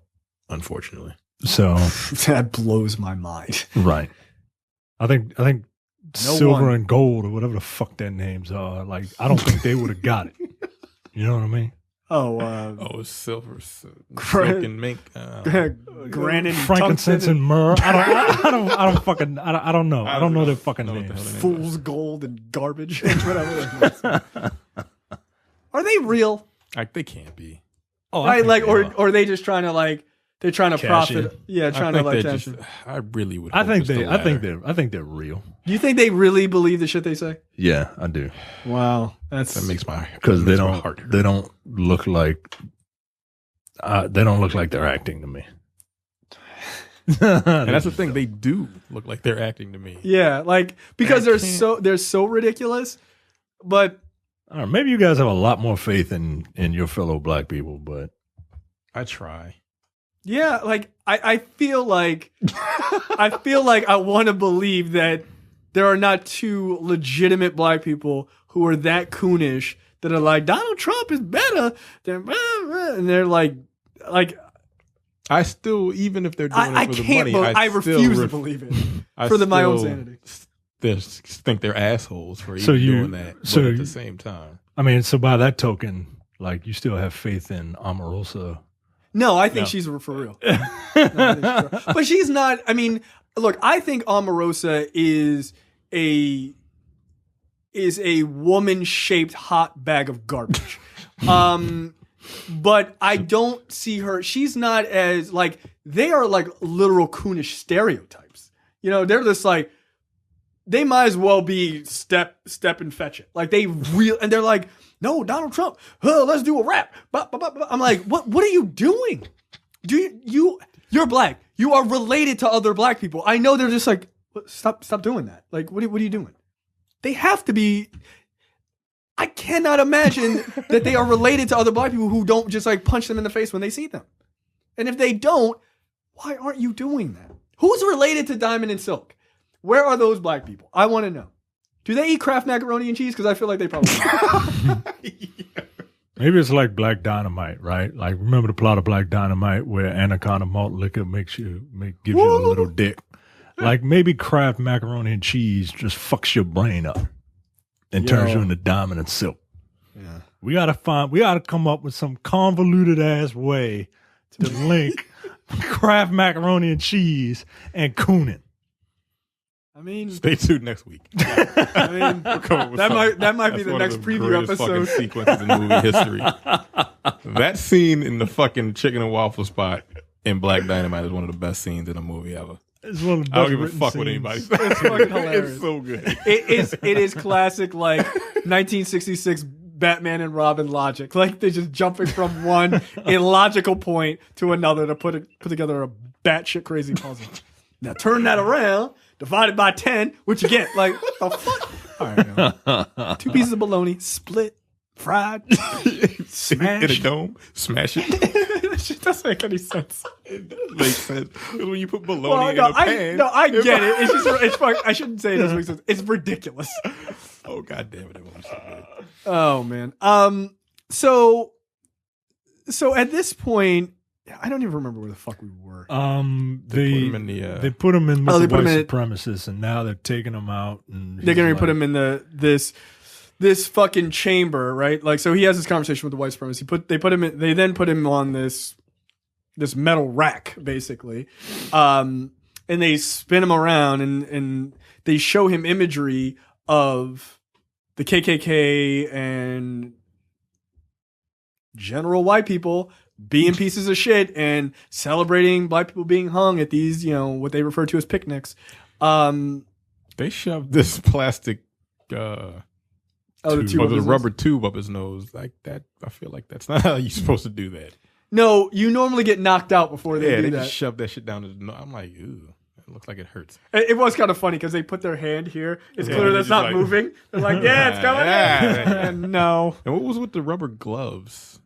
Like, they put a whole lot of shit on him that didn't seem very necessary for him to be just. They put nipple clamps on that motherfucker, yo. Like, it was like black nipple clamps. Right. You need to be watching a bunch of imagery. Like, I don't think you need all that extra shit. They're like, we need to test your. You don't want your nipples to get hard watching this shit? They put a clamp on his dick. I'm like, yeah, that was what's the point? Yeah, that was odd. Okay, that's fine. Whatever. It's like, okay, this is what we're doing. All right, movie. So So they put him in this whole thing. This is a weird way to administer this super soldier serum. Yeah. This is how Isaiah Bradley got it. Right. This is what they did to Isaiah Bradley. That's why he was all fucked up. Right. Captain America, they're like, just inject him, it's fine. Black guy, we gotta show racist imagery for fucking 45 minutes. So they spin him around in this thing and they're showing him black people being hung. I mean, these are real images, right?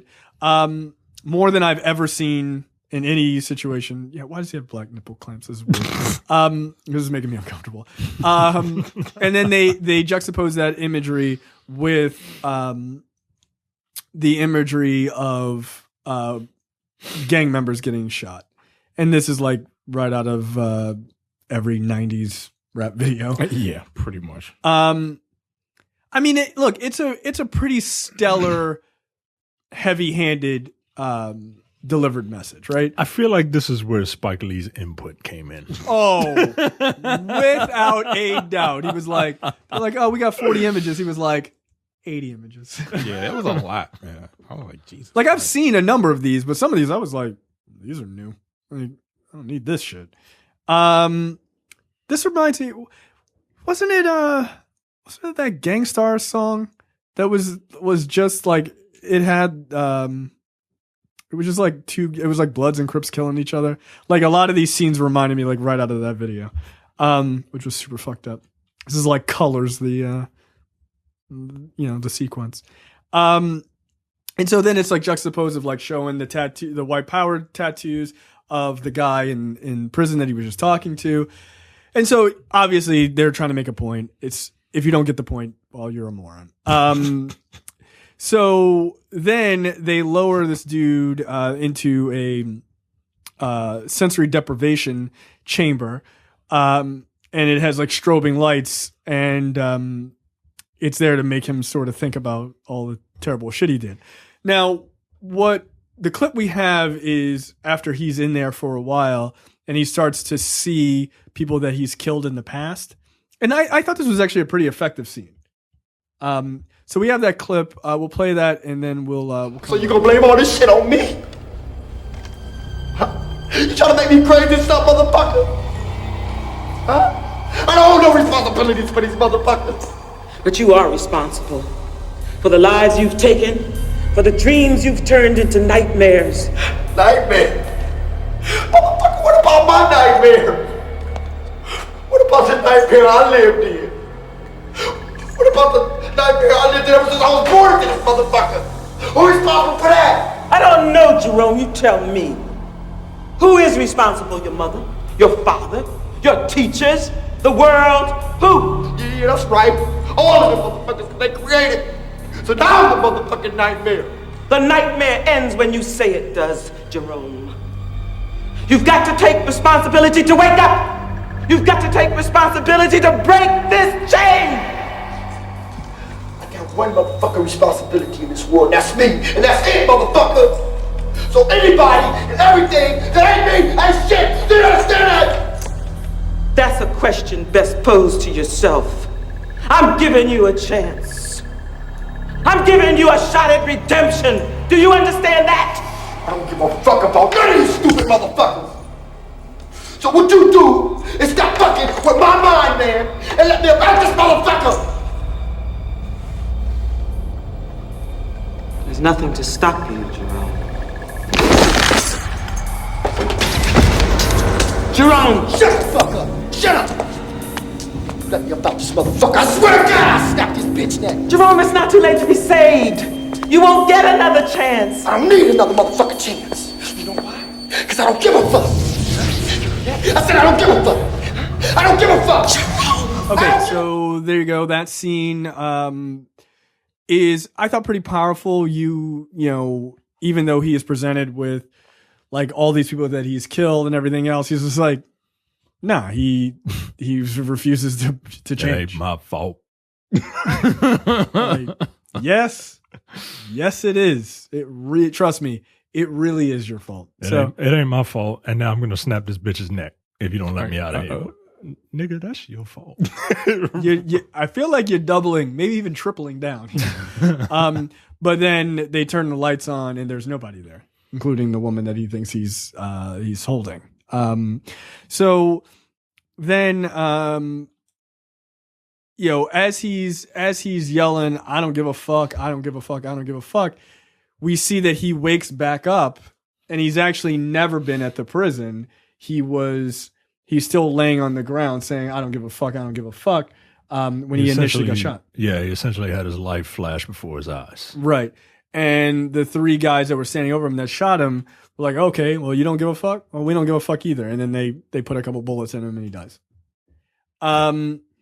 So then, which I thought was, by the way, was a pretty good reveal. I enjoyed that. Then we get a scene of back at the mortuary where Bulldog pulls a gun out on Mr. Sims, and he's like, "Yeah, you know who killed Crazy K, and you're trying to pretend like you don't know." And so he's like, "No, I'm just an eccentric mortician. I don't know anything." And they're like, "Look, stop fucking around. Let's get these drugs so we can get the fuck out of here before we put a bullet in your head." And he's like, all right. The drugs are down in the basement. Goes down to the basement, and he shows them that he's got 3 coffins there, and he's like, "I hid the drugs in the coffins. Where else would I hide them?" It's like, okay, why are you screaming? Dog, it's just us here. And so then we get the big reveal of the movie. So we have that clip. We're gonna play that, and then we'll come. About fucking time! You know, I don't like looking at no motherfucker.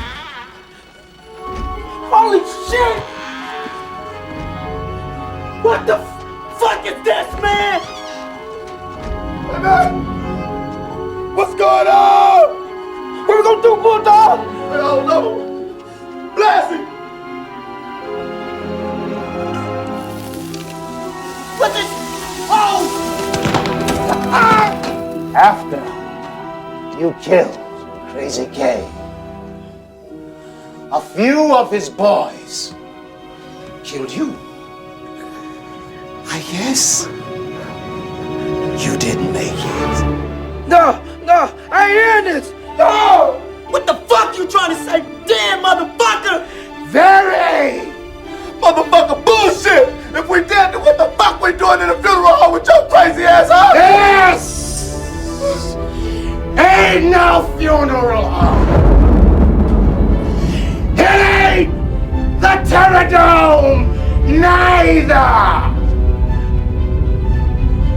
Welcome to hell.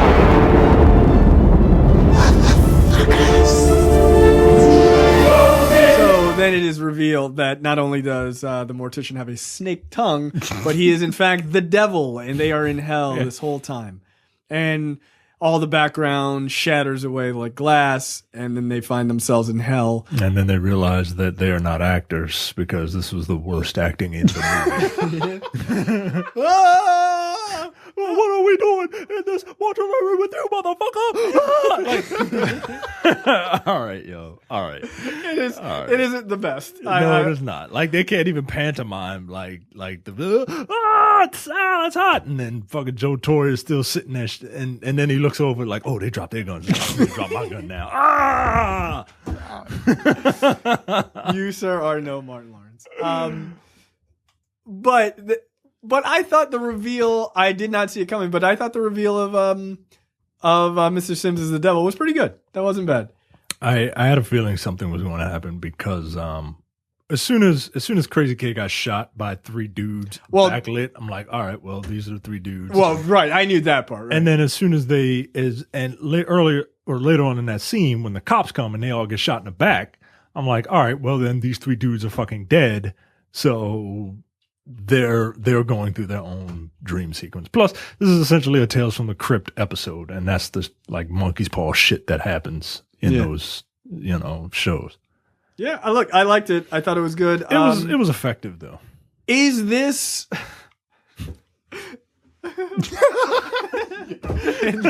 the fire effects were not great. They were not great.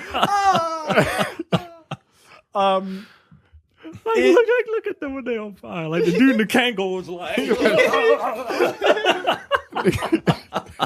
Stacy was hamming it up a little bit there. My question to you is a very simple one. Is Tales from the Hood the best use of a person with a gap in their teeth? Oh, absolutely. In movie history? 100%. They fucking paid that shit off. Yeah. I was like, you know what? That's clever. That's clever. I can support it. Yep. That shit was funny to me. So then that's it. They burn in Adobe Elements shitty Hellfire, and that's it. Any other thoughts? I'm gonna go with a 3. You go with 3? I'm gonna jump it up a half a point. I actually enjoyed this movie. I like this movie. Yeah, I do. I do too. I can't remember what I gave it. You said 2.5. Yeah, it's probably a 3. I enjoyed it. It was, like I said, it was way better than it had any right to be. It really did. But I was completely satisfied with this. Yeah, not bad. You know what? I'm kind of mad that I hadn't seen it up until this point, but I think this was a better element for me to see it in. I don't think I would have appreciated it as much in 1995, though. No, because I didn't. Like, I just was like, this is kind of cool. But, like, my 36-year-old self watching it, it makes a lot more sense to me now than it did 20 years ago. Absolutely. Which is the point of watching movies when you're older sometimes, right? Okay, that is it for us. Make sure you shout out the shows, sign up for premium content, obviously, blackonblackcinema.com/premium, $5 a month or $50 for the full year. Obviously, we'll be back with another preview episode next week. And you can go to youtube.com/blackonblackcinema to watch all of these on video. And of course, go to blackonblackcinema.com to subscribe and listen to the audio versions as well. And we will see you guys next time. See ya. Take it easy. Bye. We out.